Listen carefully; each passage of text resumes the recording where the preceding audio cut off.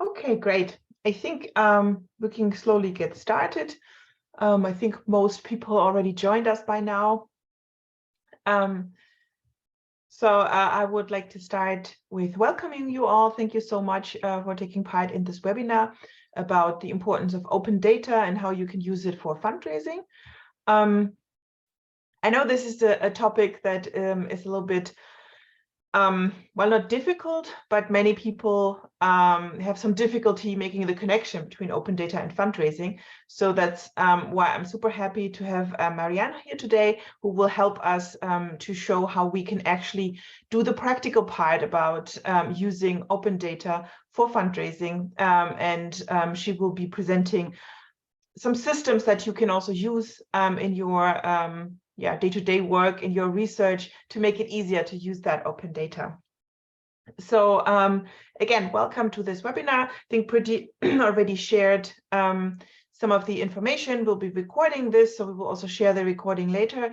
And there will be time for questions afterwards. So if you do have questions, you can put them into the Q&A box and we will go through them in the end.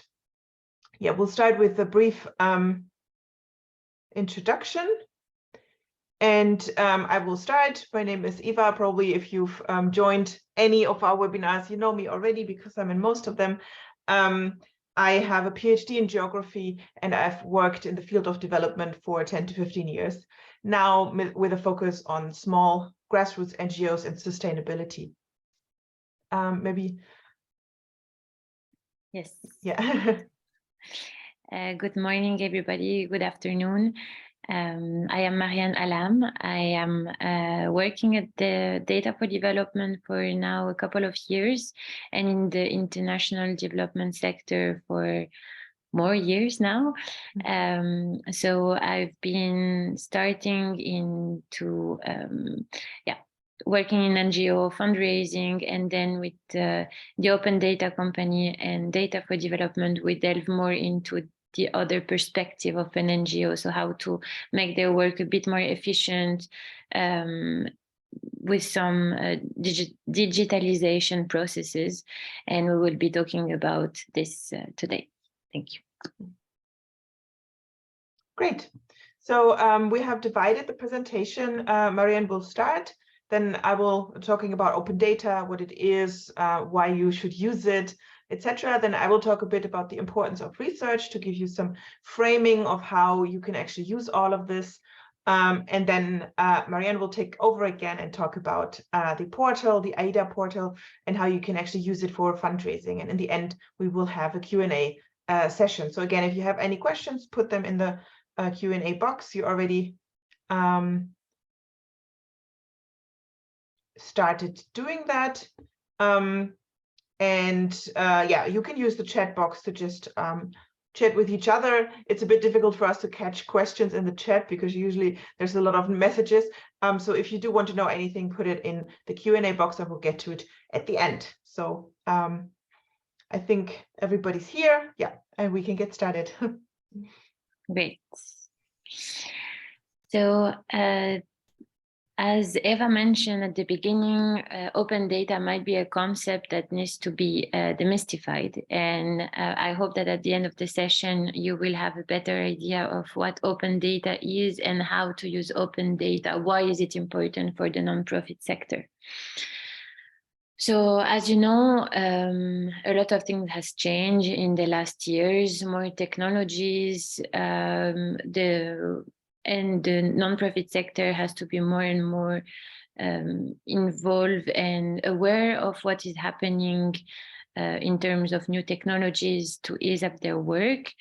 This means that there is a need for more knowledge about what is happening and also awareness into using it. So open data sources have now been used since, let's say, 20 years, and it really became a key source to generate insight faster. And this is what we will discuss and discover today together, how you can make use of whatever is available online for your own purposes, for your role, to ease up your tasks, etc. So first, yeah, some benefits about open aid data. So why is it becoming more and more important? As I said, open data is a source of information that is now made available to use.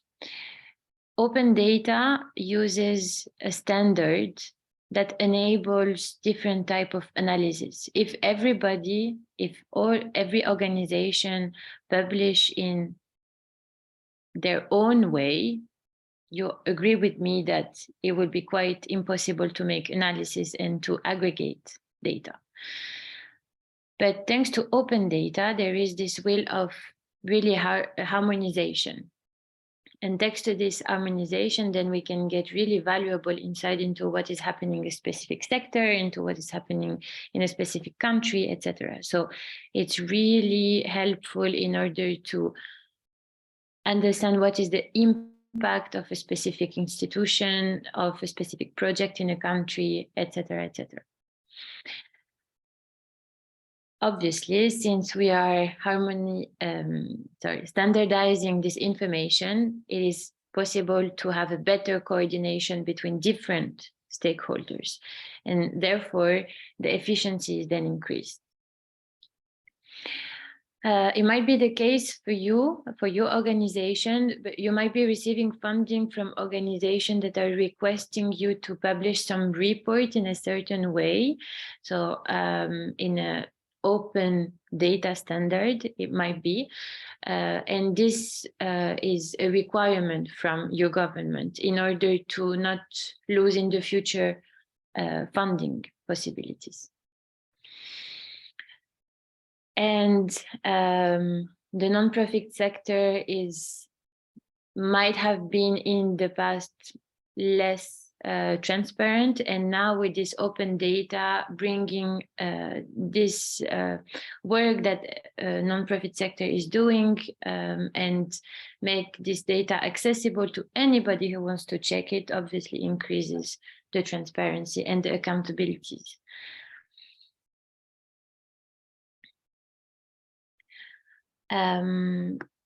So again, it might be the case for you, and I will be really happy to discuss this in the Q&A session with you at the end of this session. So there was a study in 2019 that reported that while 90% of nonprofit gathered data, only 5% of them is actually using it for decision making. As I mentioned the different benefits before, there is indeed a real value in your daily tasks, and we will see that with Eva, and also after when I will present you with a platform that can really help you reach more impact, that you can be more effective in your work, that you can coordinate better in between the different stakeholders, and within your organization make more data-driven decisions that will increase the efficiency at different levels. And as I mentioned at the beginning, you have a lot of information available. Delving into this open aid data world will really inform you about what is happening, what are your peers doing. That could be the peers in terms of other fundraisers, for instance, or other organizations that are doing the same type of work as you, active in the same country, active in the same sector. So you can really learn also from others, basically, thanks to open data.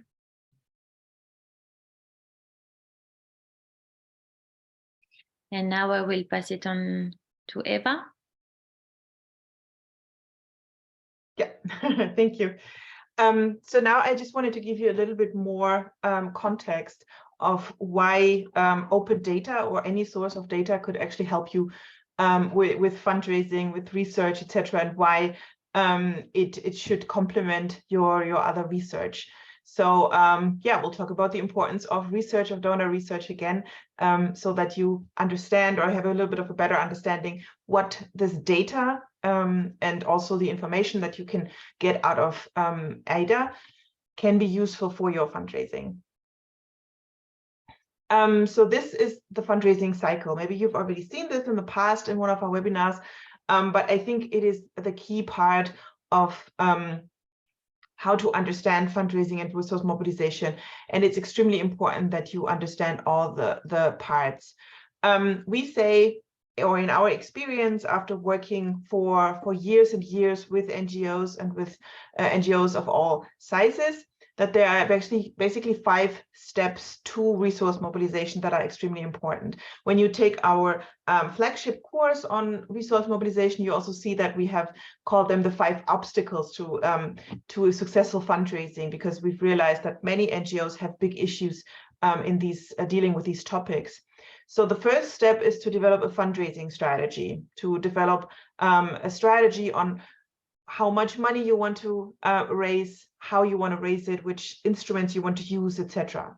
So just mapping all of that out and having a 2 to 3 year strategy is extremely important. So there you want to have action points, know what you have to do, know which donors you want to approach, how you want to approach them, etc. Then the second step, which is again crucial to be successful in this, is finding donors, or donor research, or prospect research, as it is sometimes called.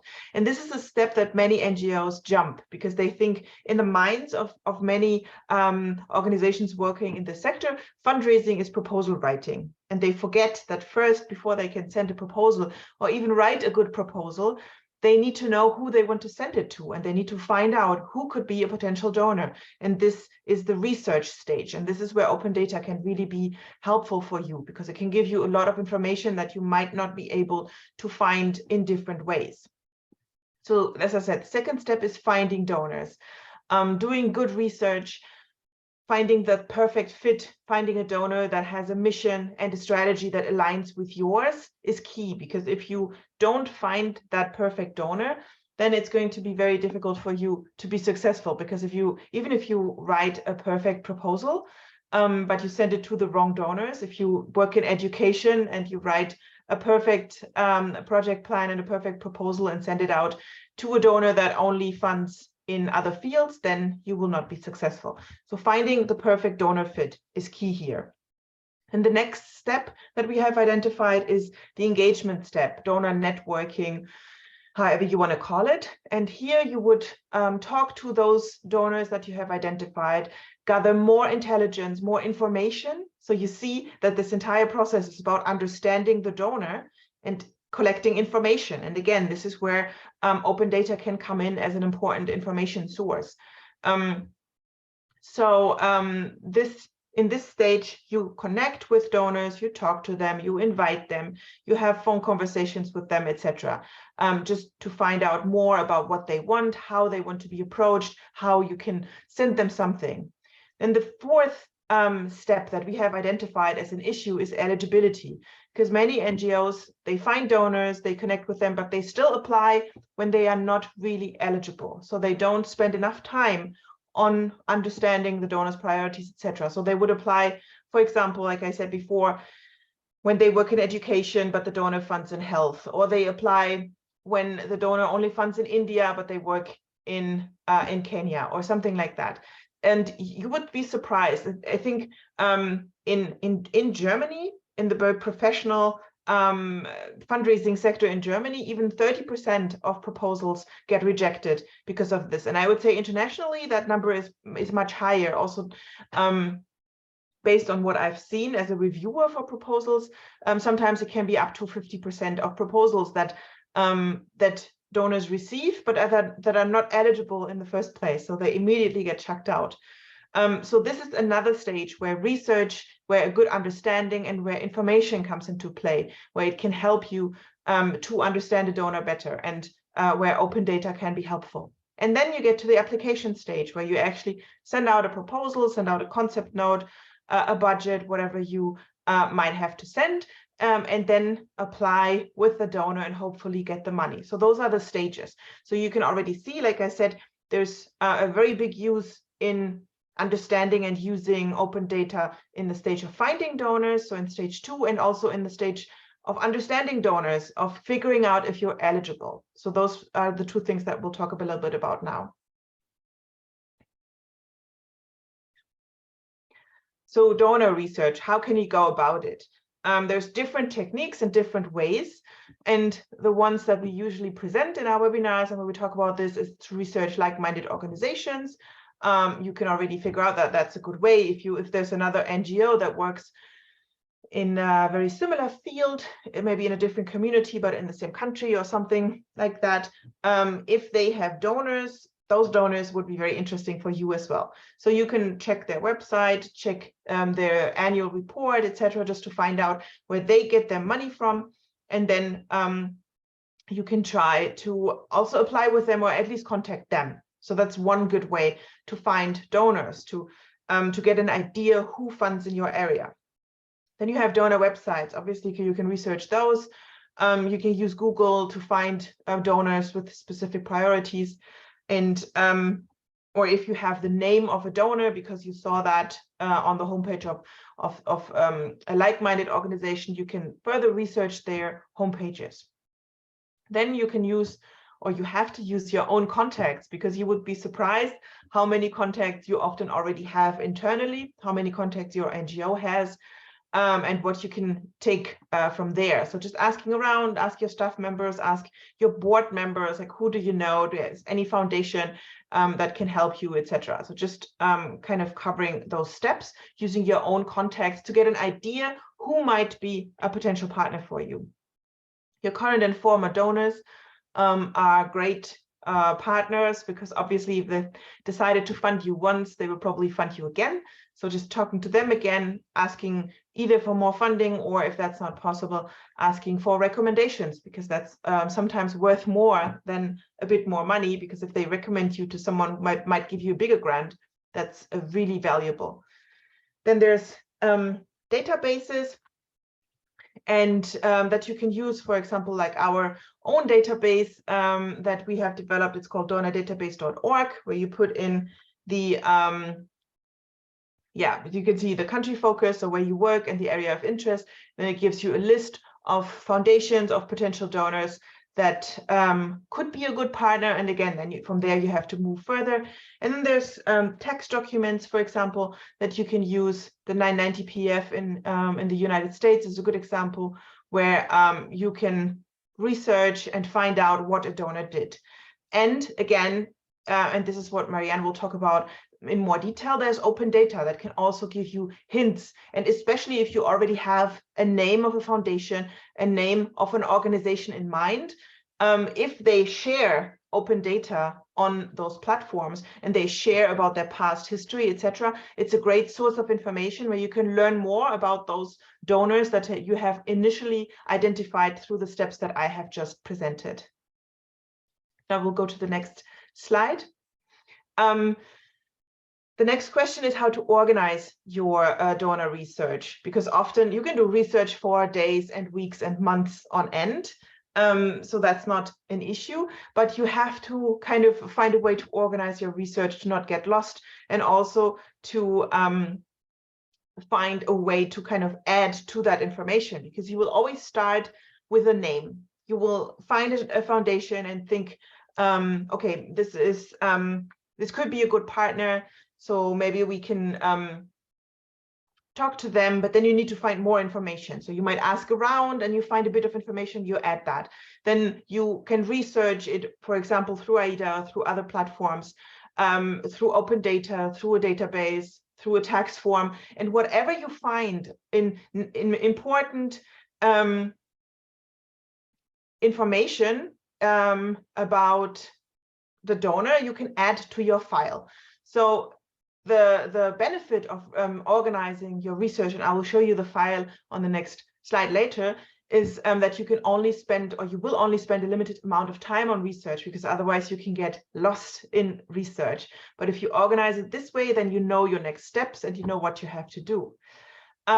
Then the next thing is that you will never miss a deadline if you organize your research in this strategic way. If you have a file that says, okay, this donor is interesting for us, we want to learn more about this, and the deadline is in October, then you won't miss that deadline. If it just gets lost somewhere, then it's difficult.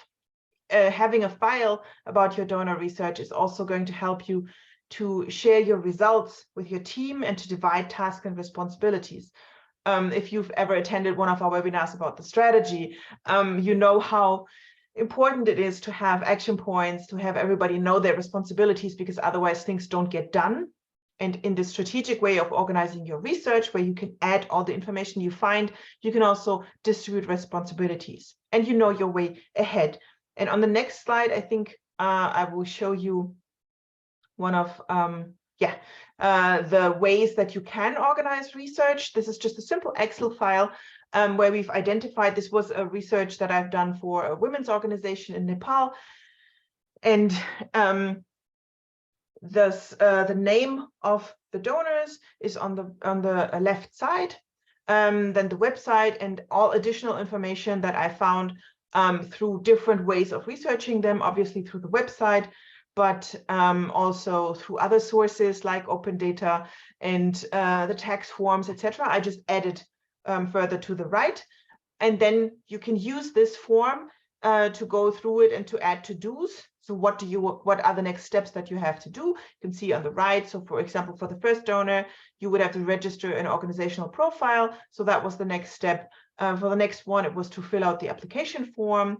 Then for the next one, it was important to monitor for a call, and all those things needed to be covered.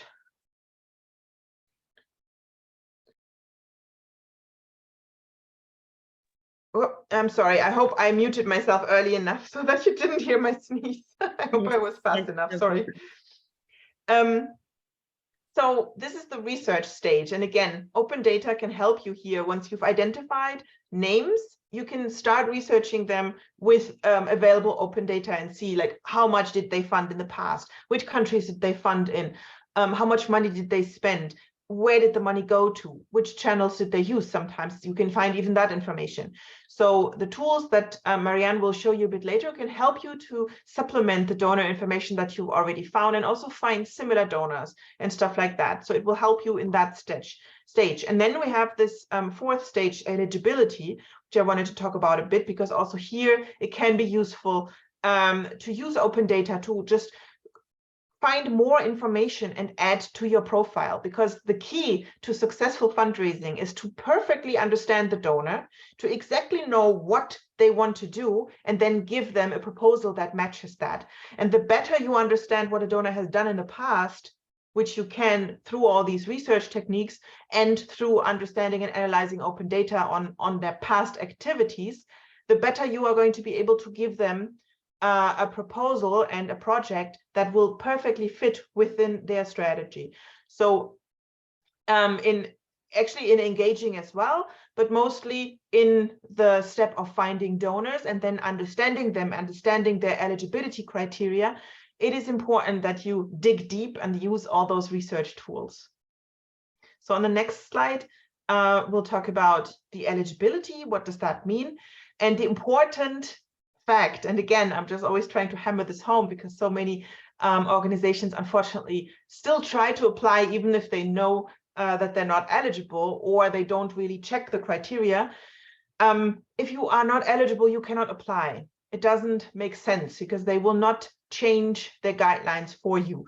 So if it says they don't fund in a specific country, then that's a no. We actually have a checklist that you can download, where we have 7 points and every 7 questions, and the answer to every question needs to be yes. And if there's just one no in there, you either have to talk to them, do further research, or you just don't apply, because if you're not ticking all their boxes, you will not be accepted. And it also gives you clues, and this is again the point that I said before.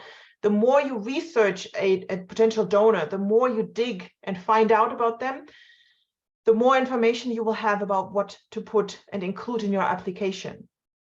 So it's crucial that you really dig deep to understand what kind of work they want to fund, what kind of information they need. And it can also provide you an opening to connect with donors. If you have any specific questions, and if they, specifically, if you researched with different channels, if you used, like if you found a name and then you use the tax form to find out something, you use open data to find out something else, and you kind of complement that picture that you have of the donor, but then you have still a specific question, you can ask them, you can connect with them, and that's a great way to start that conversation that you need to develop a relationship.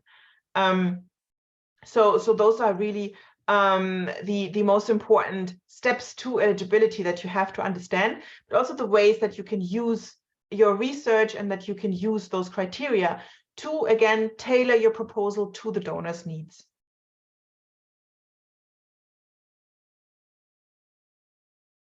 The most important guideline, the most important documents are the guidelines that give you information here, because usually when donors have guidelines out, that's where they tell you a lot of stuff already. But then still sometimes you can't find that information. What I think is specifically difficult sometimes is to find a range. How much do they fund? And that's important information, because you don't, if they just fund projects up to 5,000, then you don't want to apply if your project is 100,000, and vice versa as well. If you're looking for $5,000, you don't want to apply with the foundation that usually gives 100,000. But I think I find that often it's difficult to find that range. They just don't say so. So here, for example, even if the guidelines don't tell you, open data can be a great source, because you can, if you're lucky and they shared everything, you can check how much they funded in the past, like how big their corporations were in the past, and that gives you information again, because then you still don't know their perfect range, but you have an idea of what they have done in the past with other projects that were similar to yours. So here you have to dig around sometimes, but usually the guidelines already give you a lot of indication on how you want to shape your proposal and where you should go with it. So again, use that information, write it down in your file, complement it with all the other information you can find through different sources, to then have the perfect picture of that donor in your head and to know what you have to do and how you can frame your proposal. So basically, just to sum up my part, the key to successful fundraising, I would say, is to collect as much information as possible through different channels, through different sources, to just understand the donor perfectly, because you want to present them with a proposal that is as close to what they want to do as possible, because that will be easy for them to give you money to help them achieve their own mission. But you do have to show that you understand the donor and that you understand their priorities. You can then obviously also impress the donor with your knowledge. The more you dig around, the more you find out, the more you show that you're interested in this and that this is something that you're passionate about, that you really want to do, and that you are good at your job, that you understand your field, that you understand your research tools, etc. And it's also important to understand trends and developments, because obviously now we've talked about researching past activities, but it's also often you can, when you understand what has happened in the past and you understand general trends, you can extrapolate from that. So you can already see a bit into the future where things will go. Like some trends are going in a specific direction. It doesn't mean that funding doesn't change. It changes a lot. The donor priorities change, etc. And all of that often you can already read from data. If you look at it, if you look at what happened in the past years, you look at trends, etc. You can gain a lot of information on where donors want to move in the future. And then again, you can strategically use that to tailor your proposal, your application, your reaching out to those needs and to what the donor wants to see, to be a successful fundraiser, to mobilize resources more successfully. And I think with this, we move to the next part, which is about the platform itself, and Marianne will take over again. Thank you, Eva. I hope now you see a bit more the relationship between the fundraising research and the application, what Eva mentioned, and also the open data. So I'm going to present you with this tool, Aida, which is a platform that two Dutch companies created. I am part of one of them. And with Aida, we basically aim to unlock the potential and richness of the available open aid data that is being published and reported by more than 1,500 development agencies worldwide. So we have, I think about, it's changing all the time, but we have more than 1 million projects already on the platform. So basically what Aida does is taking this available data that is being published, the open data, so accessible to anybody, and put it on Aida.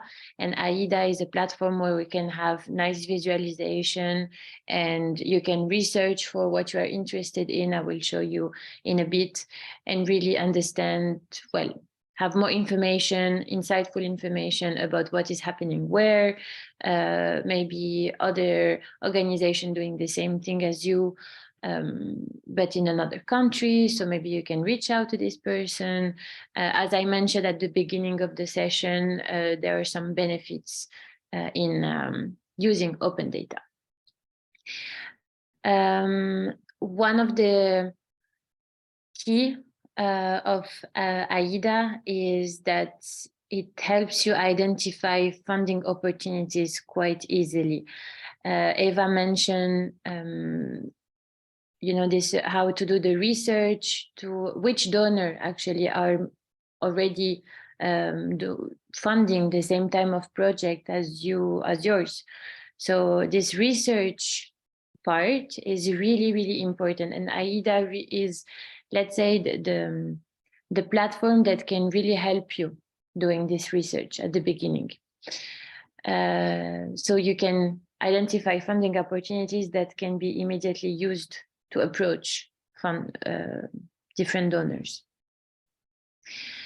On Aida, so as I mentioned, because we are pulling this open data, this available open data published by more than 1,500 development agencies, it is really information that is being made accessible.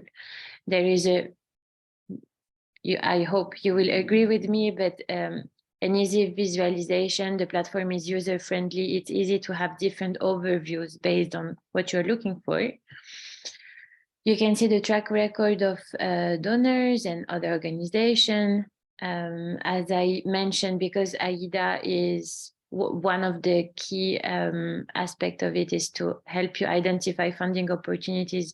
You can obviously, it reduces the time that you can spend in your research because it directly targets it directly shows you some valuable results.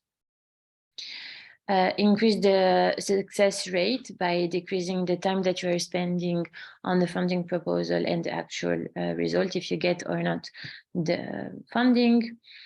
And integrate the data inside into reporting. So whenever you are, when you have a funding application that is successful, as I told you at the beginning, some of the donors are requesting you to do some reports, right? So you have there is accountability and an increase in transparency about the work that you're doing.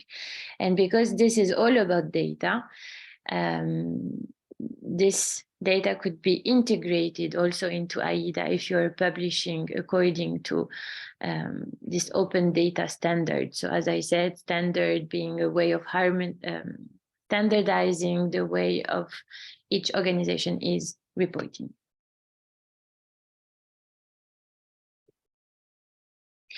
Now, we have focused here the session on so the fundraiser, but if there are any other well, people in the room with another role or similar but not really a fundraiser, I will be happy also to discuss this in the Q&A session. But just so you know, now we focused on fundraiser. So we have identified the added value of Aida for this specific persona, so the persona of a fundraiser.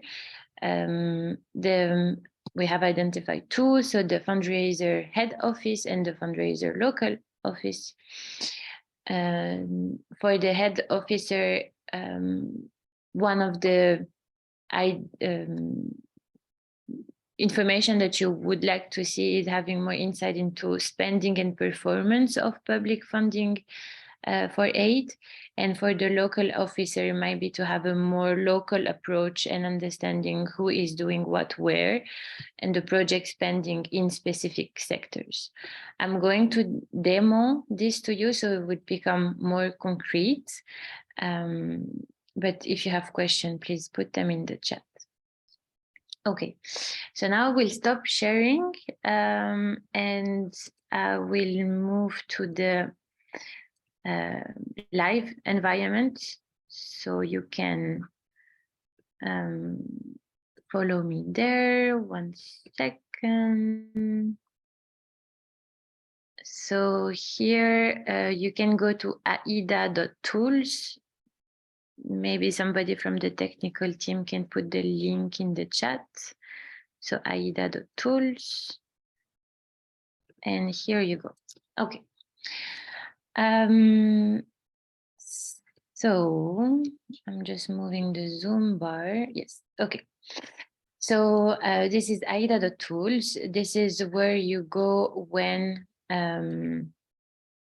you type this URL in your browser, and you have the webshop environment where you can basically see some information about what we are doing and the type of support that we can give you, etc. I'm not going to spend too much time on this, but delve directly into the demo part.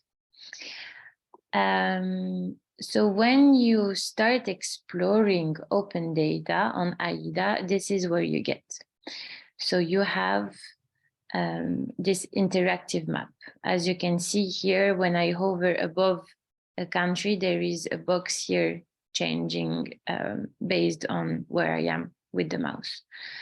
You have some filters on top. Maybe I should zoom a little bit so you can see better. So you have the filters here, the global incoming commitment. So for now, I do not have any filter. So for now, I can see that there is this amount for the incoming funds globally. I'm going to select one country, one of the darkest, Ethiopia. So here you can see that the darker the color is, the more incoming fund has been arriving to that specific country. And then you have the box that when you click on the country Ethiopia, then even if I hover above, nothing is happening. So I'm going to go to the specific country page because I have selected Ethiopia. So you might be either interested in doing some work in Ethiopia or your organization is based in Ethiopia. And what I can read now is that I have so far more than 15,000 activities that are being reported. Maybe I would like to add some filters now so I can choose only projects that are in the implementation phase, so only active, and it should reduce already the number, indeed, to more than 4,000 projects. And yeah, let's use these filters right now. So then a really interesting tab for fundraiser is the donor tab. In the donor tab, you have the possibility to see who is currently active in Ethiopia. So remember, we are in the country Ethiopia. I have the filter only active project. So currently I can see on the side here the list of active donors in Ethiopia. So this is part of what Eva was mentioning at the beginning, do a kind of research phase where you understand, okay, I have a project in Ethiopia. Let's see who are the donors active in Ethiopia. You have another kind of visualization here where the bigger the box is, the bigger the incoming fund from that donor is.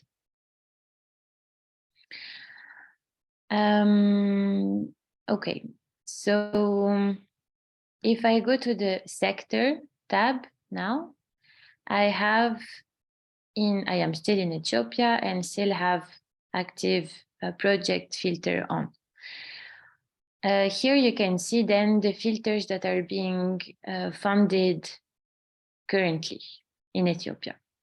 So here on the side you have some the main sector, and then on the visualization here, the ring, you have 3 layers of circles, and the first one will be the general sector, and then when you hover above the second ring, then you have a more specific topic, and again the third ring is more specific as well, and you can see the amount basically for each type of sector.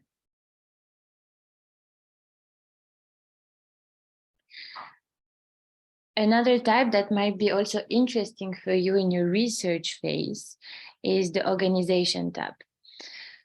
Now, remember I told you how open data uses a specific standard in order to really have data that is being readable and that the aggregation is possible. For instance, on Aida now, you have the organization here, so that are active in Ethiopia, that are participating in Ethiopia, that are categorized by type.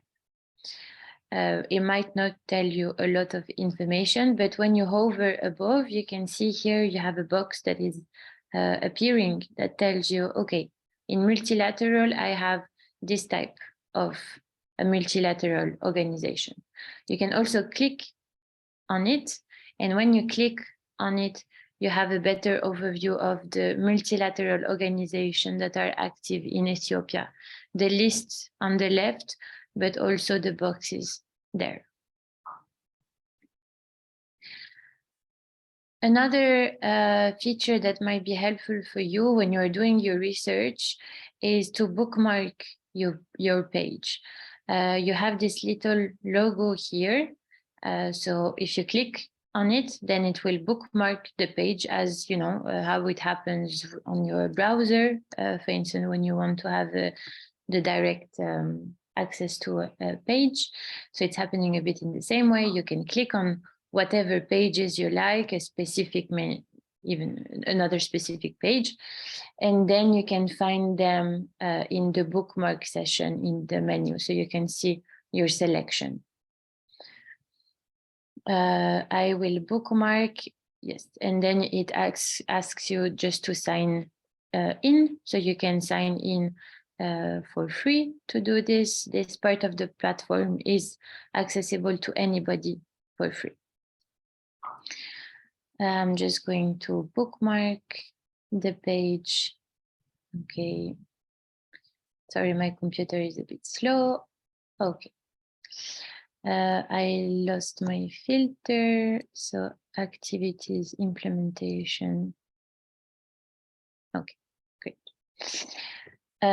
So when I click on the bookmark, then it becomes, okay, I don't know if it's a bit slow or it's me not being patient. If I go to the bookmark page, then I can see indeed that I have some bookmarks selected. You have the option to rename it. If you're not interested into this, you can also discard it. And you can activate data alerts by just clicking on the bell here. When you click on the data alert, what it will tell you, it will keep you informed about what is happening, what has changed basically on the page that you have bookmarked. So it's a really interesting feature whenever you're really, in this research phase, anything is happening, so you are informed about it. Okay, another, I have a couple of minutes left. Another thing that I wanted to show you is, so I am still, again, in Ethiopia. I have the activity status active, so I'm looking only in active projects in Ethiopia.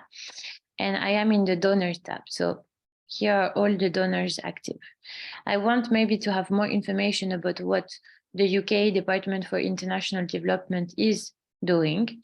So I can also click on the donor, on the specific donor, and then check, okay, over time, what has been the incoming fund, over time, basically. You have, sorry, I'm just struggling a bit with the Zoom bar to move it as I move around. You have this option to have to switch between, the visualization part or the more text part. And you can see here that actually FCDO has been really active in, so FCDO, the UK government, has been active in Ethiopia over the time, and they have currently more than 4,000 activities. You can click on a specific activity if you want to have more information about what the activity is about. So you have a general description, when it's planned to start, when it's planned to end, the type maybe of participating organization. Okay, I have the government of UK, but I have the Ethiopia Humanitarian Fund. And then maybe if they have entered some financial, you can see the budget depletion so far, the amount of the incoming commitment. So you can click on each of the activities that you see in the list that you select. Just so you know, in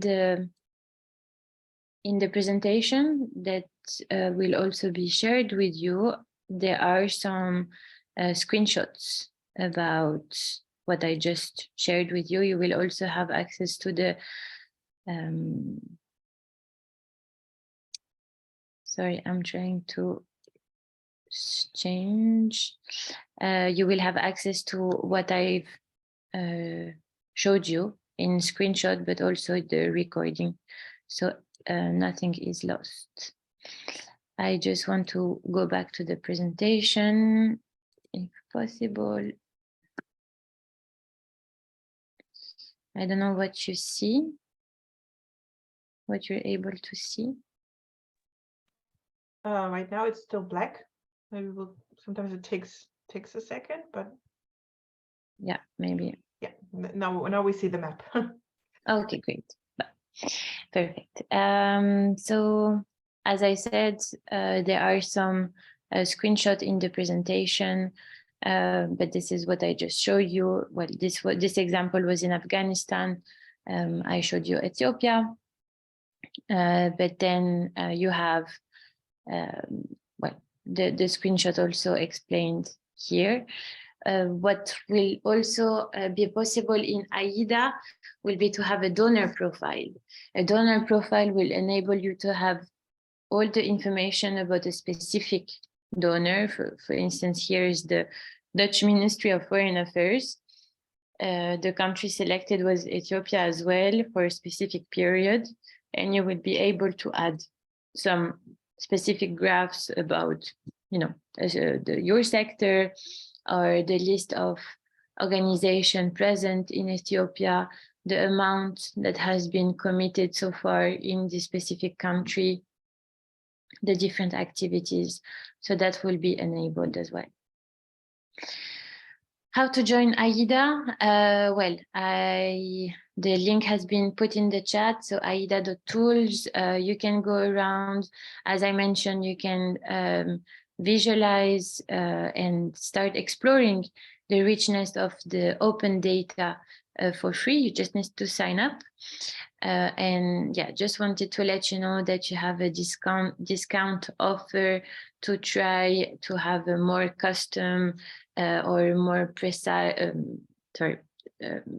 research tool possible on Aida that are unlocked, so only for paid users, but we have a discount offer that you can use Aida for free for 3 months. You can decide to continue or to stop after these 3 months. You can contact us also on the via email info@aida.tools. We are available and happy to meet you if you have more specific questions. I am done, Eva. I don't know if you want to add something.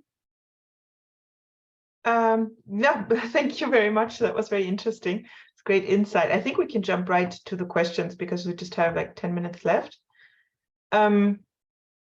So we'll just start from the bottom. So the first question is, if Aida is like, how can they join? So I think that's what you just covered, and there's this offer to try it for 3 months for free for Philanthropia users, and I would really recommend you try and just click through, because I think you already seen how useful this can be, but then when you try it yourself, you will see what you can actually use of this and how useful this is. Then there's another question. How can we know that data we get from the different websites or from of open data is reliable? Yes, this is an interesting question. So indeed, the data that is being published by organization, they are entirely responsible for what they are putting online. Because this type of report is visible to the donor, they are, it's better for them to publish what they're doing. So the whole story that they're putting online has to make sense. They are responsible. For instance, Aida does not transform the data that is being put on the platform. So if, for instance, there is a misspelling, then the organization has to change that. For instance, you have on the activity, you have the possibility also to reach out to the organization because they leave their contact detail. So whenever something might be interesting for you based on what you're working on, but maybe you see something that brings you some question, you are able to share it with them. Okay, thank you. Then we have another question that says, I've used IATI before, and I tried to get more information, in this case specifically to new commitments to India. But the data seemed unclear and not the full information was available. Is Aida different from IATI, and how do the two connect? I think that's also an interesting question. Definitely, that's a very good question. So Aida pulls the data from the IATI. So indeed, I've talked to you about an open data standard, and Aida uses IATI data, available IATI data published by organization. You might have encountered these difficulties because they're not, or I don't know when you did this research, but there was maybe not really a platform that was visualizing the data how you wanted it. I really, if you want, we can meet and go through the platform together, you are free to visit the platform, but indeed Aida pulls the data from IATI, so they're really connected. The only thing that the added value of Aida is that compared to the available open data platform is we really try to narrow it down as much as possible, so it's possible for you to really filter out what you want, filter in what you want. Mm-hmm. Then there's a question: how can a small NGO with a small team maintain open data in IATI or Aida? Like, I think this is more about the provision side, like not analyzing the data, but are there any guidelines, or is there any support, do you know, on how to share open data if even small NGOs want to do so? Yes, definitely. So with Aida, we do offer some support, and we have actually a knowledge hub on the menu. If you go to Aida and you click on the menu, you have a knowledge hub that already shares with you some insights about how to deal with the open data, how to order your data so it becomes readable and you can use it for analysis. But we are also definitely helping organization in really trying to have a more data-driven ambition, and this goes through understanding which system you're using, for instance, for finance, for project, how to combine everything together. So as I said, we have a part on the Knowledge Hub, but we do as well do this type of support. So you are also free to connect with us to discuss this further. Great. And now there's a question also connected to that, and I think this is more about a question on what to include there. It says how to maintain the privacy of individual donors if they don't want to be known. How do you reflect that in sharing funding data? Yeah, only interesting question. That's great. Indeed, open data has raised this privacy question. But there are, especially with IATI, so with this open data standard, there are ways to anonymize groups, organizations, donors that do not want to be named. So there is just a simple way of, I don't know, I'm just taking an example. The Dutch Ministry of Foreign Affairs does not want to be mentioned. We can basically change the name and say institution in the Netherlands. If we want to say the country, we can also, instead of using the country, we can say in Europe. So it's even more broad. It's broader. So it really depends, you know, there are different ways for you to still publish and inform the reader about what is going on where the flow of money goes, by just having different names, different reference to a specific donor. You don't have to say the name, last name, if it's a private donor or a group, I don't know, in Africa that shouldn't be mentioned for political reasons, for instance. So there are different ways. Okay, thank you. There's a couple of more questions, but they are all more about like fundraising in general, like how to advocate for donors to change the geographical location, how to do a strategic plan, etc.